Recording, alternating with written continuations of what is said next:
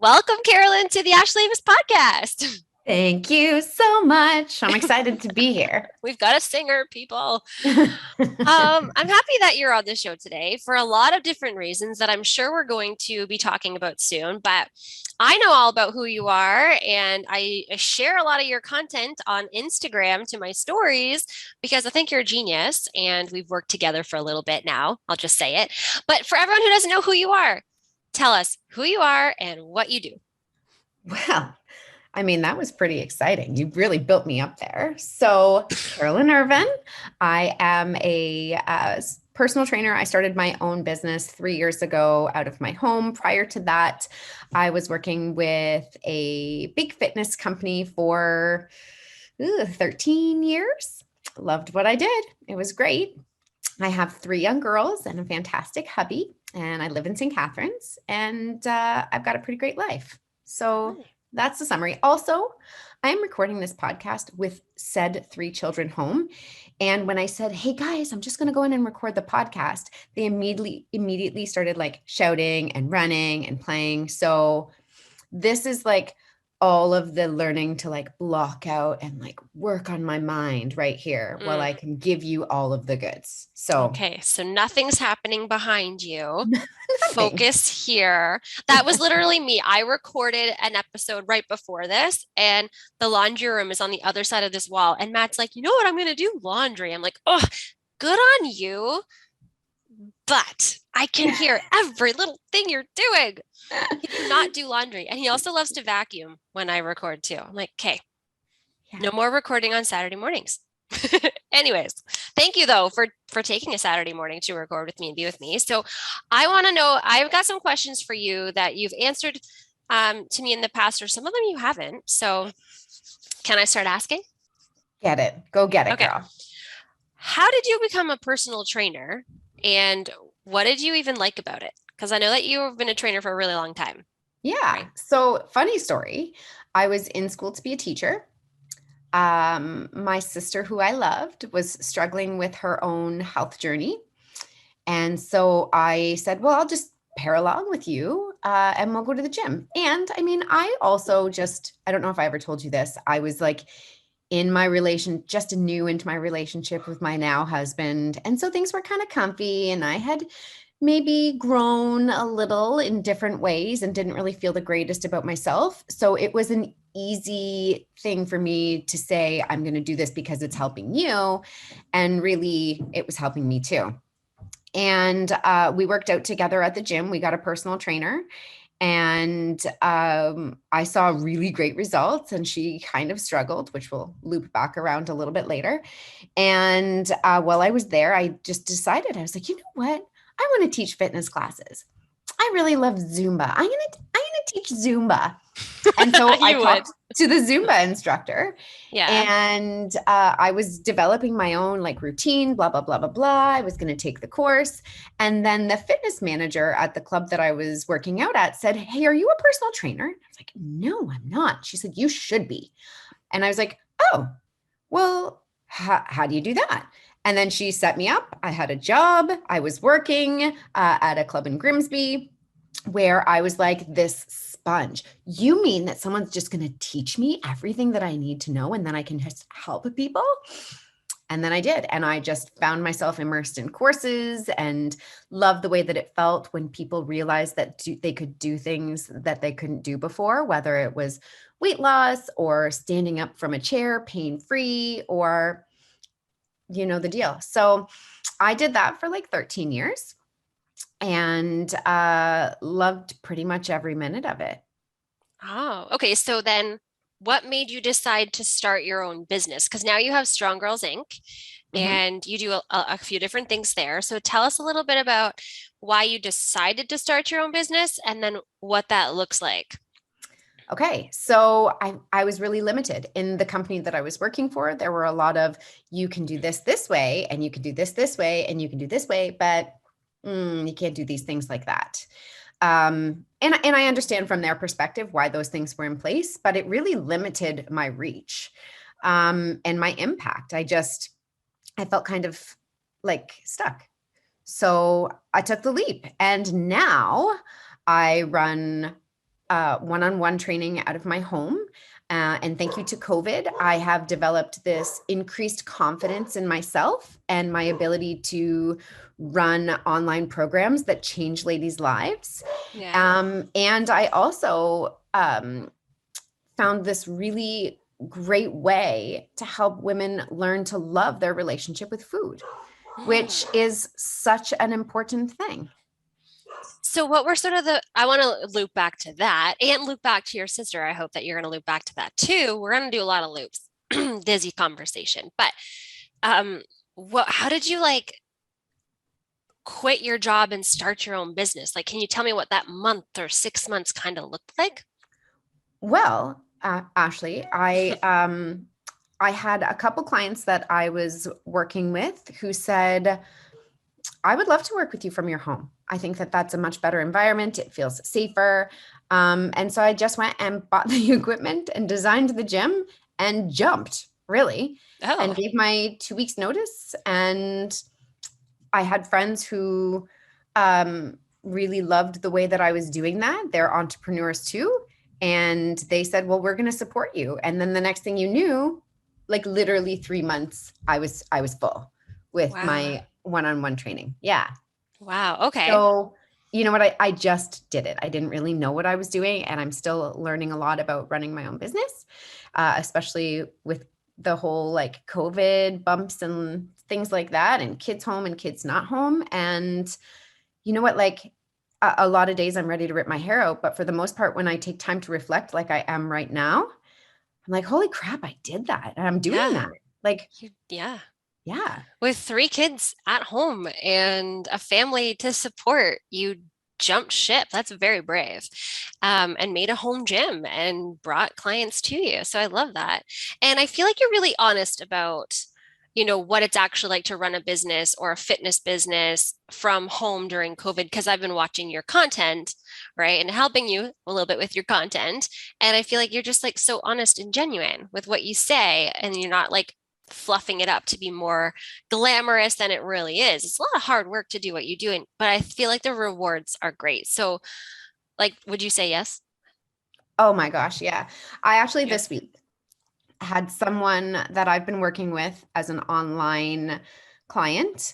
Hmm. She hasn't updated her progress photos because I can't see people, right? When we train online, we do, virtual check-ins when needed, but for the most part, it's all done through messaging in my training app. And she hasn't updated photos since November, but I know that she's still been progressing. And when we did the photos, I started crying. What? I'm not kidding. Like everybody's got bumps and hurdles and things that you're working through, but to still feel growth and to be able to pour into yourself when you feel like so much is going to everyone else, and then to stop and look at the Mhm. difference, I was just, oh my gosh, look what I helped her do. 33 pounds she's lost, Holy. 33 inches. She's a 2-year-old at home, and she had job changes through COVID and a whole bunch of challenges. And she still found ways to keep progressing, even if it was Mhm. different from week to week. We worked together, and she looks like the smile on her face, like it's incredible. So yes, every hard day is better when I have things like that happen. And it Right. doesn't, honestly, like I'm going to be totally real. You don't have ladies losing 30 pounds a year all the time. It she wasn't she's not a big person either, right? And I will say that I've had in the last 2 years, I've had I think 4 or 5 ladies do that. So it is cup filling to know that that woman feels better about herself. Again, it's not about the weight, it's just the feeling. You can see the feeling, you can hear it when we're communicating how different her life is, how much Yeah. easier, how much better she feels. It's worth it. Love that. It sounds like you're really honed in on why you do this, right? It's not just about helping women lose weight and look how they're supposed to look for society. It's about that inner feeling that fills your cup too. So I love that. So, um, food coaching, right? So you're a personal trainer, you started your own business, and then you've added in this food coaching bit. So this is kind of where I wanted to take the conversation because I feel like for entrepreneurs, yeah, we can talk about fitness and accountability and moving your body, but food is this whole other game. And you started the conversation when you said you help women have a better relationship with food. I've had people on this show already who are holistic nutritionists giving tips about like why entrepreneurs need to be really careful with what they eat to keep their energy up. And I just want to get your take on first, what is food coaching and how did you add it to your business? And then hopefully you can share some tips later about, how it could actually benefit us to track our food or have a food coach. Right. Okay. Okay. So food coaching is, this was one of the things that I was very limited with where I worked. And it was minimal, like following the Canada's food guidelines. But in terms of like giving specific instruction and offering feedback, I was really limited. And then when I was working with people here, I realized, holy crap, like they're only with me for 3-4 hours a week. But the choices that they're making when they're not with me are more impactful than what they're doing here. And for me, I didn't want to restrict people. I look at food as fuel. And what actually happened to me, this is my story, just what Yeah. gave me the confidence to support women in this way was my own journey. So after I had my third child, I was like stuck in this spot with the scale and with my mind and with my body image and the way that I saw myself. And I felt like I ate really well. I was eating, clean meat and fruits and vegetables and, gluten free. And I thought I was doing all of the right things for my body. But the scale wouldn't budge and I was working out hard and then I would take rest day. Like I felt like I was doing everything right. And I was super frustrated. So I asked my friend, who is a food coach and still my food coach, to give me a hand. And when I started tracking, I realized that I was eating a lot of fat for me. Well, they were good choices of digestible and energetic food, fat.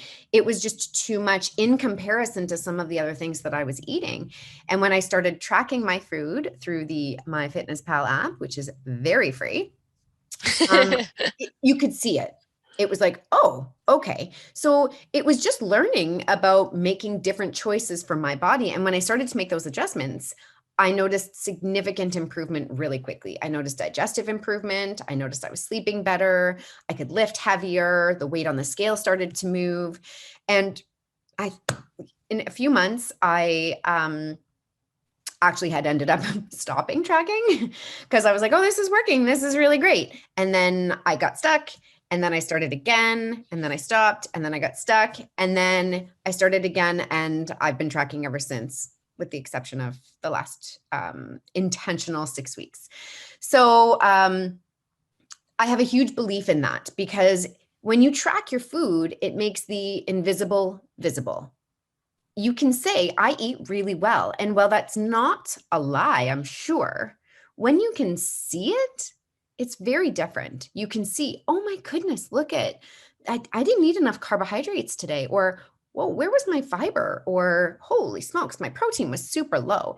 And in most situations, when I'm coaching women, it is about adding things in to help them feel better, more so than taking things away, which is not typically what women have been, preconditioned to do. I want to lose weight. I want to feel better. So I'm going to stop drinking alcohol. I'm going to stop eating sugar, no carbohydrates. I'm going to fast for 12, 14, 16 hours. And well, those things may be beneficial to you. I always encourage women to look at what your body needs first. Like, are you getting enough protein? Are you getting good, healthy fats to support your hormones? And carbohydrates are not bad. There's no such thing as bad food. There really isn't. That's something that somewhere along the line, we have taught ourselves that potato chips are bad. No, potato chips are not bad. Are they going to do what you want your body to do? Maybe not. But that doesn't mean you shouldn't eat them. It's just like, when you look at your day, was it only potato chips? Yeah. right? Like potato chips and coffee. No, maybe not the best choice for your day as I'm drinking my coffee. Um, but I just really grasped that. I felt incredible. I felt like I could focus on what I was doing. I love the way that my body felt. And so I started learning and looping back to my sister, that's when the game changed. She had worked out with me in person Hmm. for a year doing my small group workouts at 5:30 in the morning, which was like, she's not a morning person and she's not a fitness person. And she did this. And I love that she did this. And she was not open to making changes with her food. Um, and then I had to develop this food program because I was having surgery. I was getting my hernia fixed. And I just really felt like there had to be something else that I could do to support these people while I was out. And she has stuck with it since. And she has lost also, I think she was at 28 pounds in a year and a bit. And she's still learning. Like we're still making swaps. Are you sleeping okay? Yeah, I'm sleeping okay, but this. Okay, well, why don't we try this? And then she's like, oh my gosh, it's been 5 days. I feel so much better. And so I use Hmm. her as like a prime example because she was doing all the right things prior and was not open to getting some direction with her food. She just didn't have the accountability. She couldn't see it. And then when she did, she was like, oh my gosh. So yeah, that's how it goes. I hope I answered the question. I asked you a really big question. I'm sure you answered it, and I'm sure the listeners will let us know. Sorry if you didn't. Okay, so I want you to now kind of break down why tracking your food um, is, well, first off, food coaching is what versus just tracking your food? Like, how can a food coach actually help you in, or should you just track your food? Like, what? Well, I'm a big advocate of good, better, best. Tracking your own food can be very helpful for you if you pay attention to the information. So here's for everyone. If you're like, okay, I've never tracked my food before, this girl's gone to something, maybe I need to see if I'm giving my body the right stuff. So you download the free MyFitnessPal app. When you put in all the information, your age, your weight, your height, your activity level, what is the goal? Typically we put in that we want to lose weight. Okay, zero judgment. It's going to say you need X number of calories. This has no idea what you're already eating, right? Hmm. So, my suggestion is to track using the app the way that you eat and drink normally for 2 weeks. And then, totally free, nothing necessary. Send me a message and I will help you. I love that. I love that. All I'm going to do is say, okay, this is where you're at. This would be a great next step for you. And then you can do that. And then you can message me and say, I've been doing that for 2 weeks. What do I do next? This fills me up. I love this because our bodies typically just aren't getting enough of the right things, and that changes, right? So when you're working with me as a food coaching client, week to week things change. We talk about your sleep, we talk about your stress, we talk about your movement. Well, I may not be involved in your movement plan. The way that you're moving affects the way that you need to eat, right? Like if you're driving the car on the highway all the time, you need oil changes in different ratios than when you're driving your car on the highway or in the city, right? So if you're a car person, that makes sense. Um, yeah. So it's important. So that's how you can get started with food coaching. Every week, we're checking in, we're having discussions, we're talking about all of those things: sleep, stress, movement, and talking about the nutrition and how you're feeling. Because if you feel better, and this is something that I work on too, and all I want to work on with my clients is if you feel better, the results will happen, right?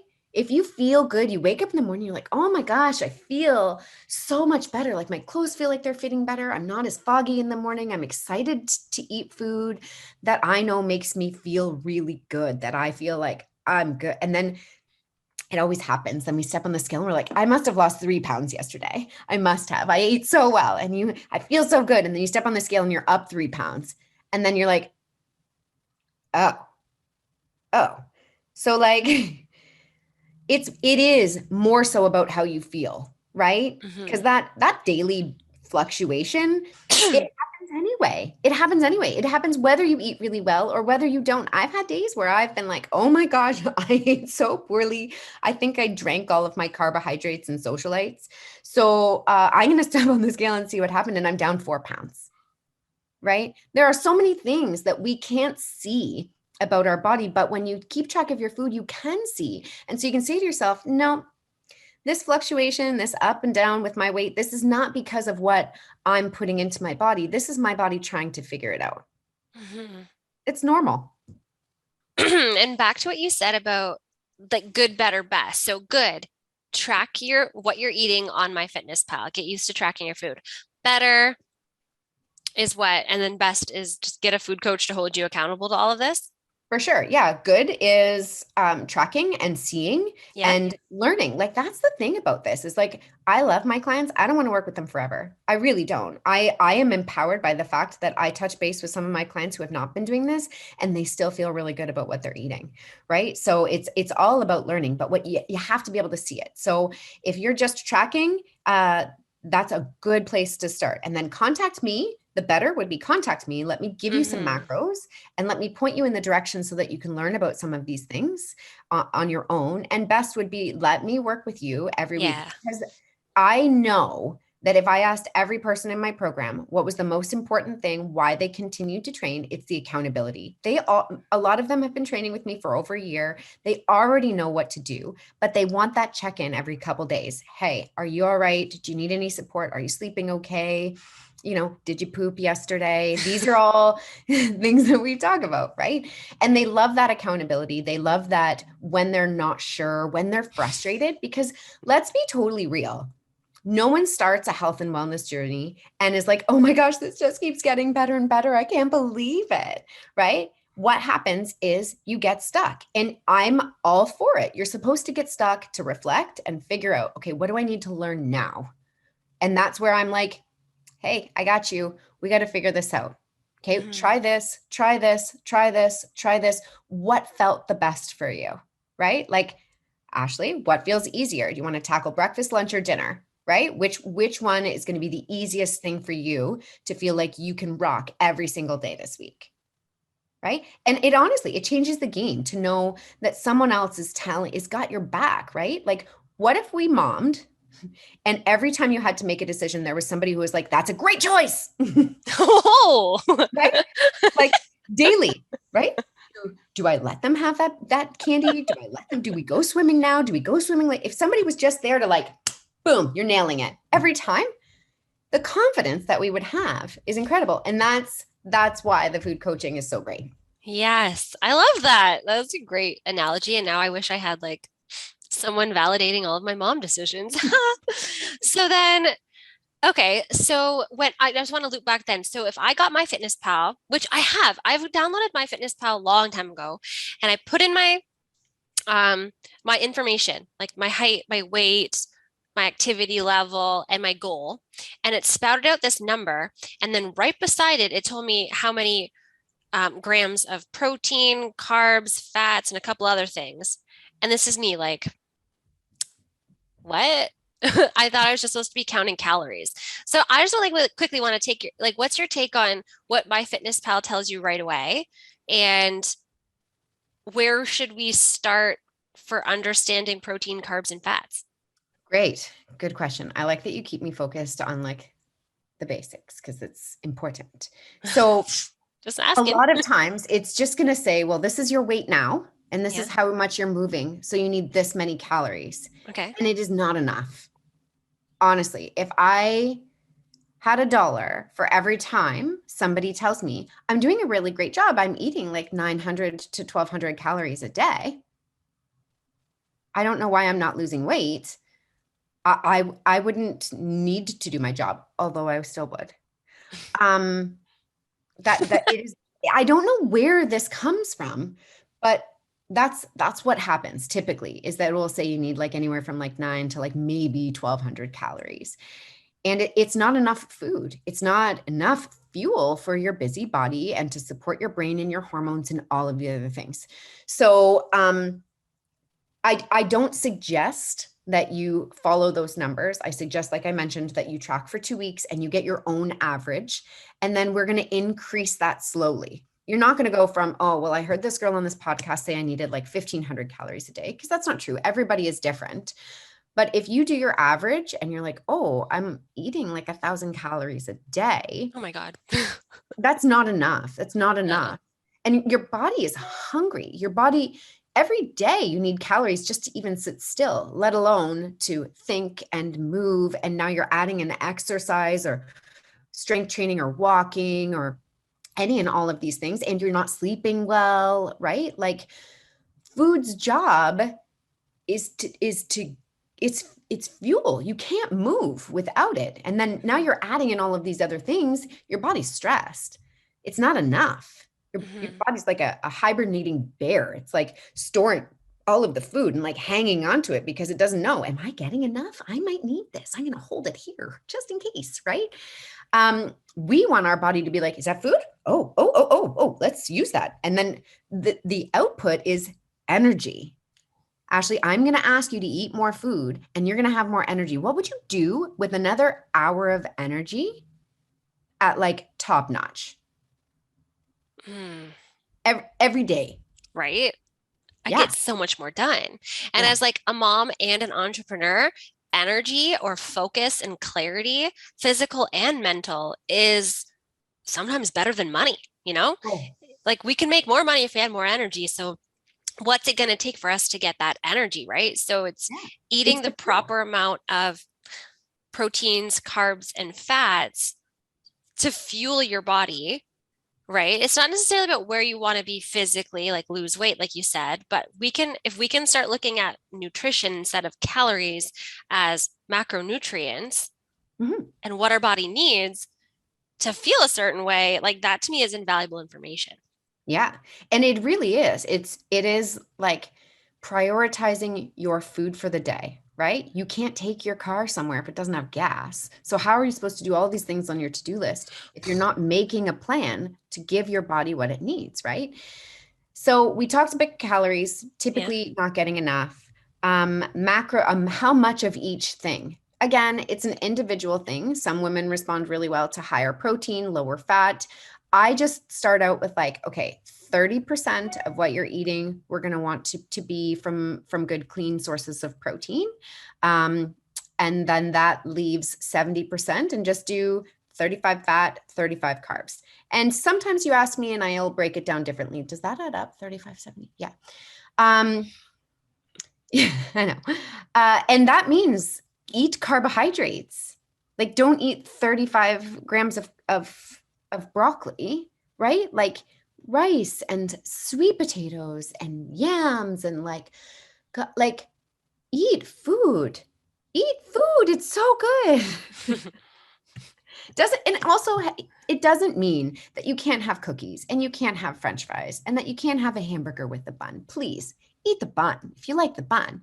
It just means that in a day, like today we might have burgers for dinner. Well, if I really love having a hamburger bun, then I'm just going to make sure that I'm still getting in good sources of carbohydrates, good sources of fiber. I'm getting my fruits and vegetables. And, maybe then for lunch, that would mean that I would have like a big, huge green salad today to make sure that I'm getting in lots of that good stuff, right?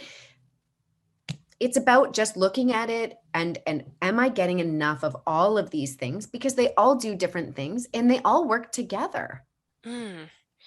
Okay, so last question, I think. If someone were like, okay, I just want to get this, I just want to start, maybe I'll start tracking, but they have hangups. Like I've tried tracking my food before and it didn't work for me or it triggered some things inside of me. Like, is this something where someone could just start tracking right away? Or is there some people where you're like, maybe this isn't for you and I have a better recommendation? For sure. It is not for everybody. It is not. And I am actually now one of those people. I did it for 1,060 days without missing a day.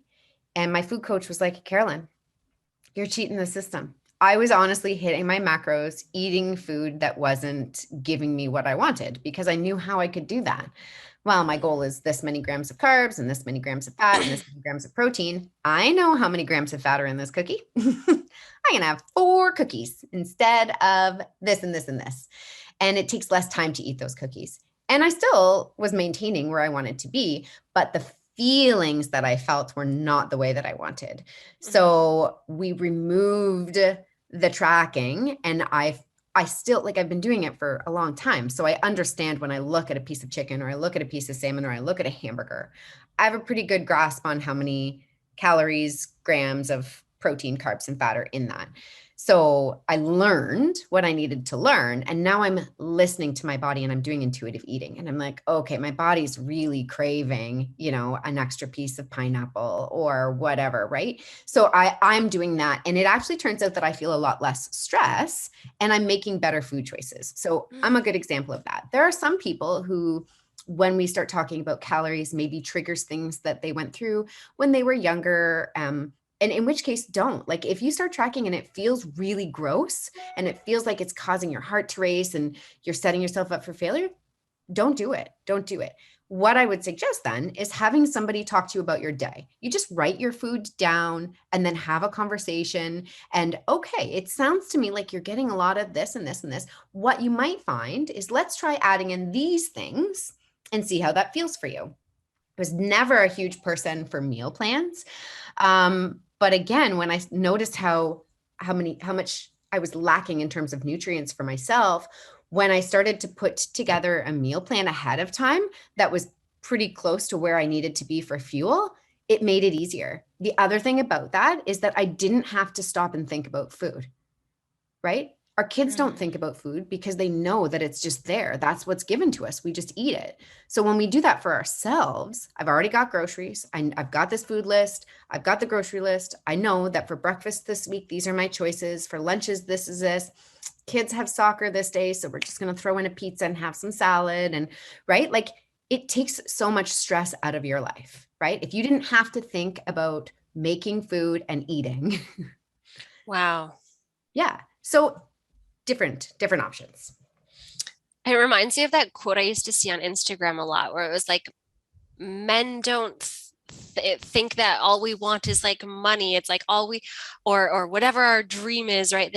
Our biggest wish is just to be able to like eat whatever we want and feel how we want to feel. It's like, because women think about food so much. And then I ask, I know this is like men are starting to think and be more aware of their body image and stuff and dieting, but I don't think my husband thinks anywhere as much about food as I do. Not from like an insecure way, but like I feel like it's on women too to plan out the family meals, to do the groceries sometimes, like or all the time, prep the meals, think in advance. Whereas my husband would be like, we got hot dogs. I'm like, I don't want to eat a hot dog. Or Yeah. like every time it's his turn to cook, I'm like, not one vegetable in this meal? Right. Really? It's like, Yeah. please, can I have a Yeah. vegetable? Yeah. And It's you know like, what, Ashley, the thing about the food plan though, too, is that mhm. when you make one and you write it out and you have the grocery list there, they are very good at doing what we need them to do when we ask them, right? In my experience. So I actually, my husband does all the groceries. We do a food list together. We're going to do this, because our evenings with our kids are a little chaotic. And so what's great is that's not my responsibility. Mm. So we work together in preparing the food whenever we can.